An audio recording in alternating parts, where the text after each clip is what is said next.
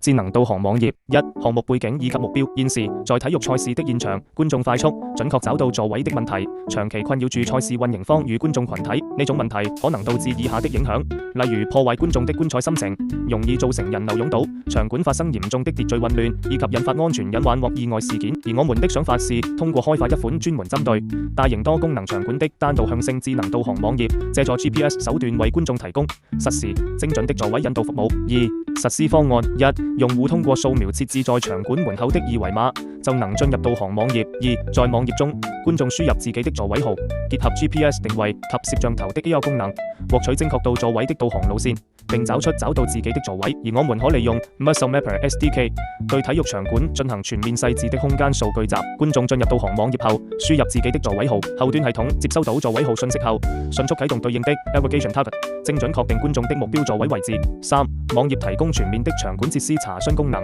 觀眾可以輕鬆查詢場館內衛生間、商店、急救站等各類設施的位置。3. 項目功能及優勢。智能導航網頁的功能有以下這些，例如高效的導航方式，快速抵達座位，提升場館的整體服務質量和管理水平，節約觀眾入場時間，方便觀眾了解場館各區劃的設計。項目比起現有管理的優勢有 3D 建模、AI 技術和空間數據集技術，滿足觀眾高品質服務需求，適應未來技術發展變化。2. 網頁開發成本低，無需投入大量資金建設應用程序，達到成本效益的最大化。而我們項目的創新點在於 1. AR 的應用，通過手機前置攝像頭實時展示導航路徑和目標點，能夠更加輕鬆、準確地找到自己的座位，提升賽事管理精確程度和觀眾的觀賽體驗。2. 無應用程序依賴，以網頁形式提供服務，觀眾無需下載安裝專用應用程序，只需掃描二維碼即可快速訪問，降低觀眾使用門檻，提高服務的可及性。